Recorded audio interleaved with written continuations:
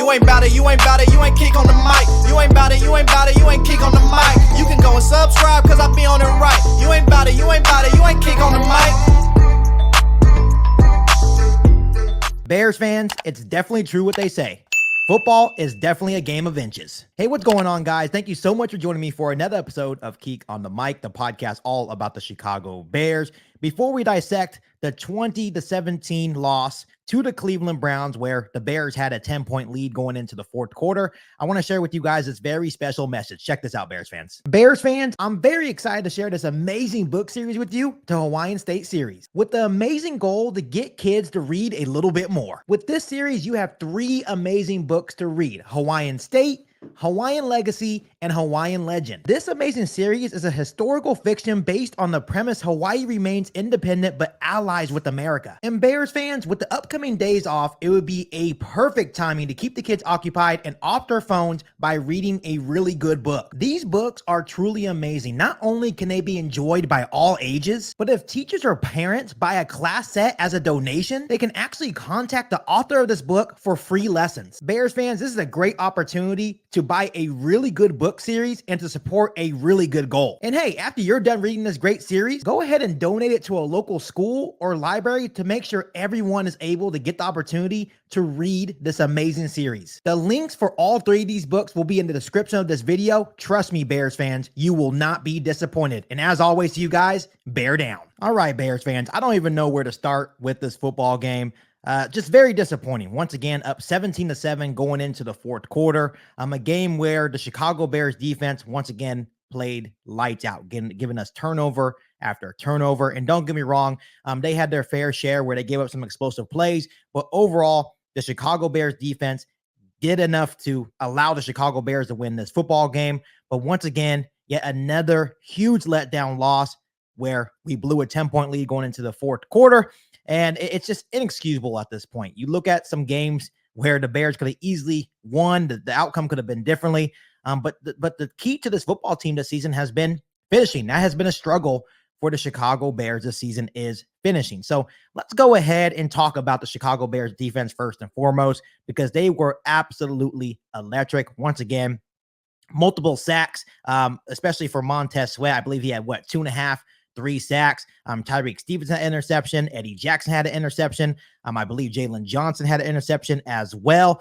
The Bears defense was all over the place. There was certain areas where they gave up some explosive plays that kind of killed the Chicago Bears today. But overall, this game is not on the Chicago Bears defense. I think there was one play that really bothered me, and I just want to point this out because this one was on head coach Matt Eberflus, and he actually took accountability for the fourth quarter letdown by the Chicago Bears defense. Even though it wasn't their fault, he did take accountability for that fourth quarter letdown where the Cleveland Browns came back to beat the Chicago Bears by a score of 20-17. And the play that I want to talk about, the only play that really bothered me, it was a 3rd and 15. At this moment, the game was 17-17, tied ball game in the fourth quarter, late in the fourth quarter. The Bears had the opportunity to get off the football field. The Cleveland Browns were on their own side of the field. And on 3rd and 15, the Bears send some pressure. Joe Flacco was able to flip it out to David Njoku. David Njoku does the rest and gets a huge gain and a huge play for the Cleveland Browns that sets up the Cleveland Browns inside Chicago Bears territory. But what bothered me about that play and the design of that play, Justin Jones, the defensive tackle for the Chicago Bears, was in coverage on that 3rd and 15 play, covering David Njoku. To me, I'm not a big defensive guy, right? I don't know defensive coverages all that well. I know football, but I'm not a defensive coordinator or offensive coordinator, but I know that does not seem right. And obviously, Matt Eberflus did come out and say, I take accountability. I have to make a better play call right there. And still, there's moments with Matt Eberflus where the defense looks really, really good. They are super aggressive, but then there's times where he sits back in soft zone and lets teams pick him apart. Obviously, when he sent pressure to Joe Flacco didn't look good. Joe Flacco was turning over the football. He had 3 interceptions today, but the times where they allowed Joe Flacco to be comfortable and they played that soft zone, that's where the Bears defense was hit with massive plays from the Cleveland Browns offense. So overall, this game is not on the Chicago Bears defense, But there was moments, and this is not on the players, but this is definitely on head coach Matt Eberflus, where he was kind of being not as aggressive in his defensive play calling. And that 3rd and 15 play was definitely one of those moments, and it ended up being a huge first down for the Cleveland Browns defense. Huge catch and run by David Njoku that set up a game-winning field goal for the Cleveland Browns offense. So let's go ahead and talk about the Chicago Bears offense. Just wasn't good enough today, Bears fans. It wasn't good enough. Once again, when you have a defense playing that well, you have to figure out a way to put points on the board. Obviously, that wasn't the case today. Obviously, the running game was stagnant. The passing game was stagnant.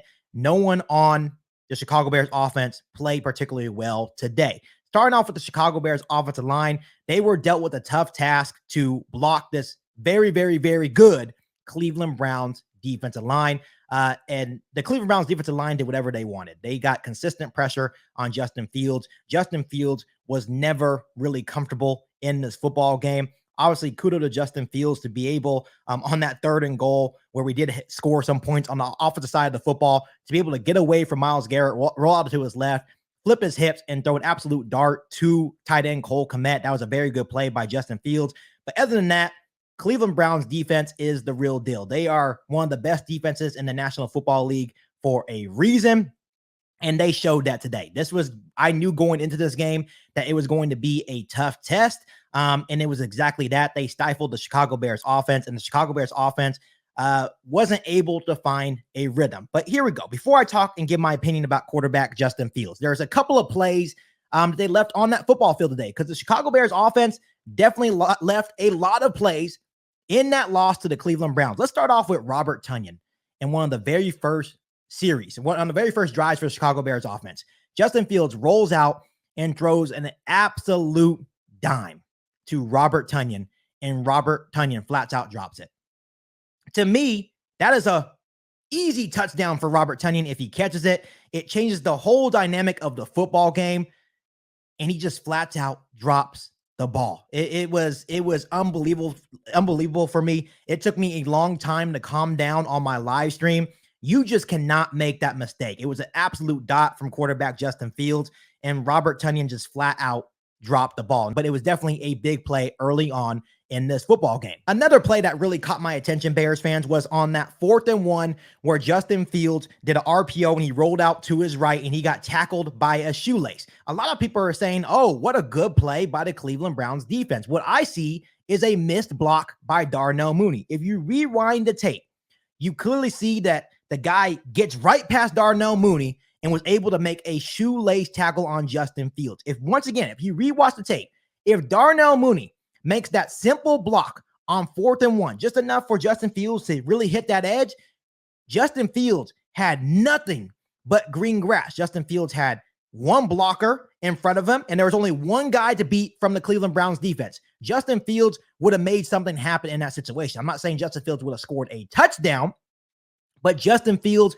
would have had a huge run on that 4th and 1 play call, but Darnell Mooney did not execute his block, and that led to a shoelace tackle on the guy that Darnell Mooney was supposed to block on that 4th and 1 play. So just unfortunate events there. And obviously on that very last play, on the Hail Mary play, where Justin Fields rolls out, 5 seconds left. Obviously it's a Hail Mary, throws it up. The Cleveland Browns defense smacks the ball down, and it lands right in Darnell Mooney's laps. Everyone thought Darnell Mooney actually caught the ball. I know that David Njoku came out and said, I was actually shitting myself because I actually thought Darnell Mooney caught the ball. It lands at Darnell Mooney's laps, and somehow Darnell Mooney was not able to corral the ball. It pops up in the air, and it's an interception on Justin Fields' record, right? So for me, I understand that's probably, it looks easy, but I do want to say that in those situations, even though he's a professional athlete, he should have caught it. That was probably a lot harder of a play than it looked, because he didn't actually expect the ball to land in his lap. So it was probably a shock to him that it actually was in his arms.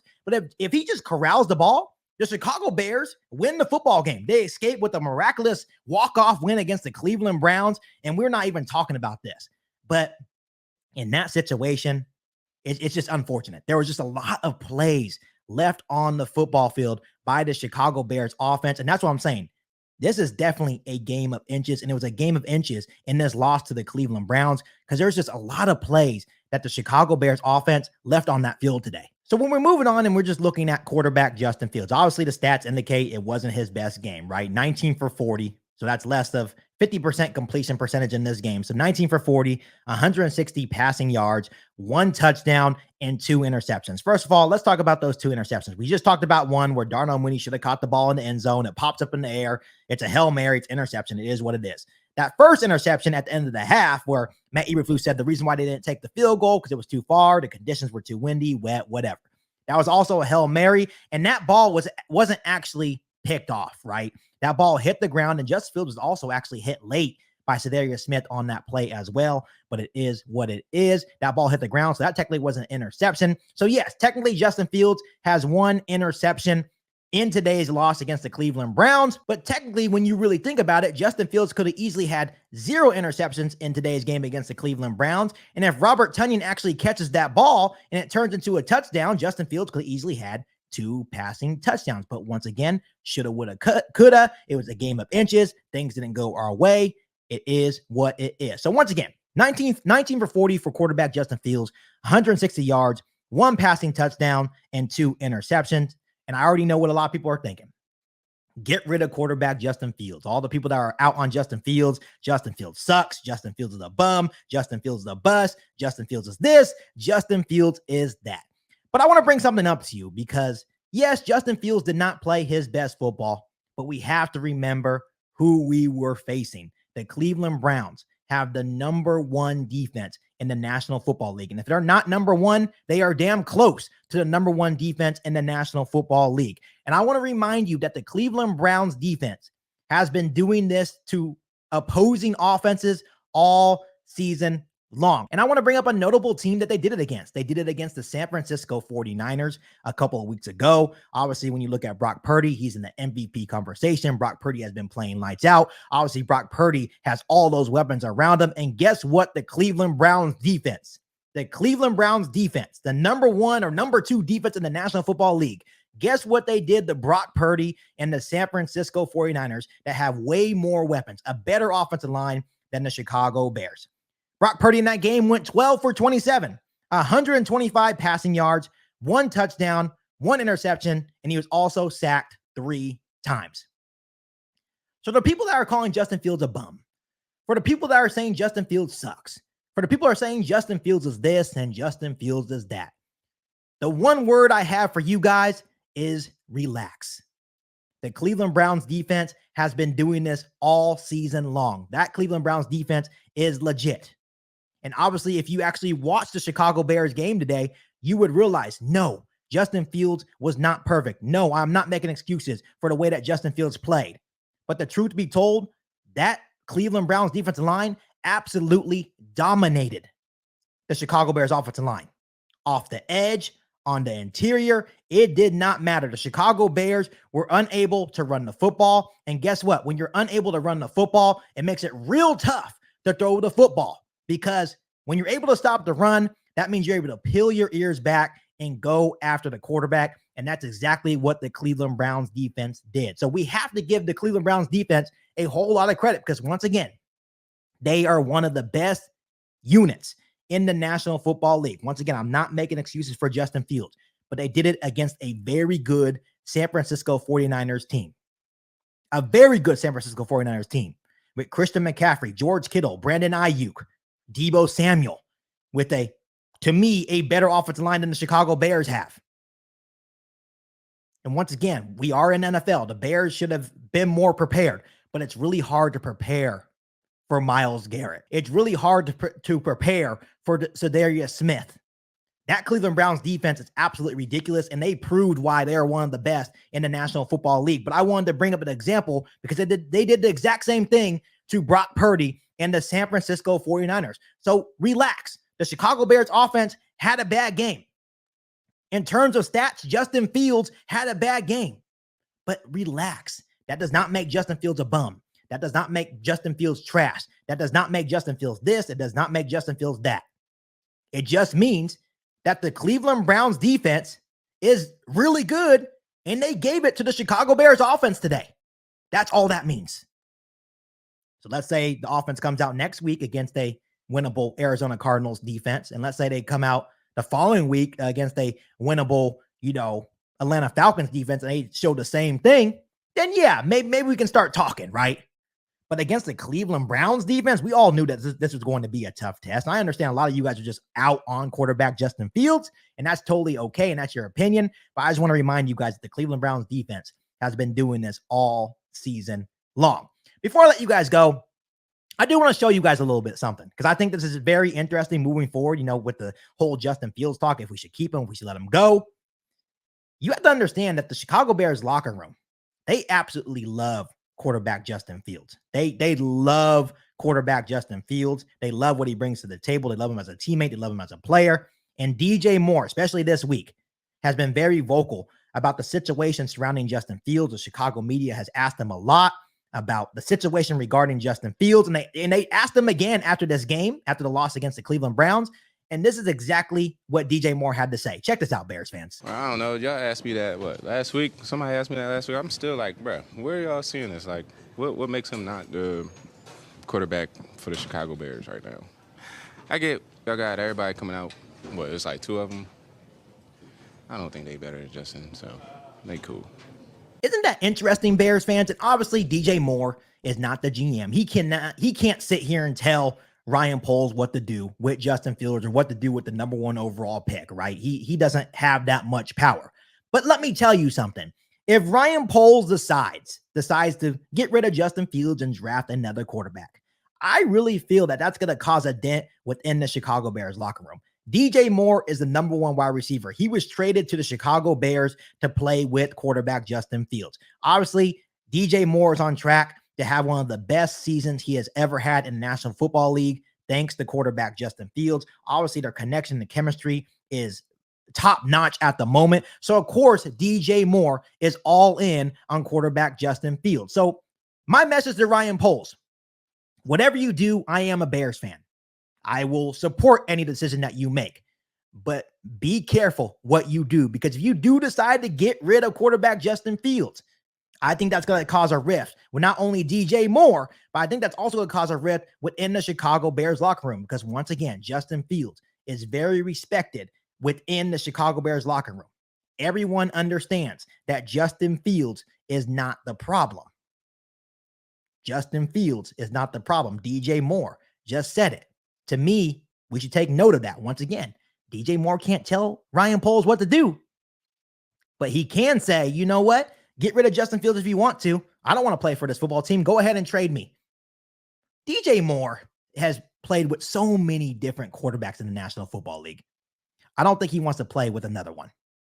I truly feel that. So I just wanted to share with you guys that little clip. I did find it interesting. Once again, it may carry no weight with some of you guys, but it carries a lot of weight for me, because I think that's important even when a team is struggling, right? Even when all these question marks are around your quarterback, when the players, when your teammates are still supporting you and are still around you, right? And still supporting Justin Fields and are saying these type of things like DJ Moore had to say on Justin Fields, I think it does carry a lot of weight. And I think Ryan Poles will keep that in the back of his mind in terms of in his decision if he wants to keep Justin Fields or get rid of Justin Fields and draft a guy like Caleb Williams and Drake May. But all in all, Bears fans, the Chicago Bears are now 5-9. Obviously, any playoff hopes that we once had are basically diminished at this point. It's definitely unfortunate, especially since we've had a lot of close games like this that didn't go our way. But now the Chicago Bears will get prepared to face the Arizona Cardinals, another winnable opponent, on Christmas Eve. So at this point, I just want to see a rebound game from Justin Fields and Chicago Bears offense and try to finish the season strong. If the Bears can win out and go 8-9, I think that will still carry over into next season. So at this point, it's about winning out, and it's about continuing to build that winning culture within the locker room and trying to carry that momentum over into the next season. So, but before I let you guys go, let me ask you guys this. Give me your one-word reaction to the 20-17 loss against the Cleveland Browns today. Let me know down below in the comment section. But before I let you guys go, make sure you hit that subscribe button and the notification to catch all Bears content right here on the podcast. Make sure you follow me on all my social media platforms. And make sure you share this episode of Geek on the Mic with every single Bears fan that you know. But other than that, be back for our all-new Bears podcast right here on Geek on the Mic. Thanks, guys. And as always, Bear down. You've been listening to Keek on the Mic, a podcast all about the Chicago Bears. Don't forget to subscribe to the channel and hit the bell notification to catch all Bears content right here on the podcast. Thanks, guys, and bear down.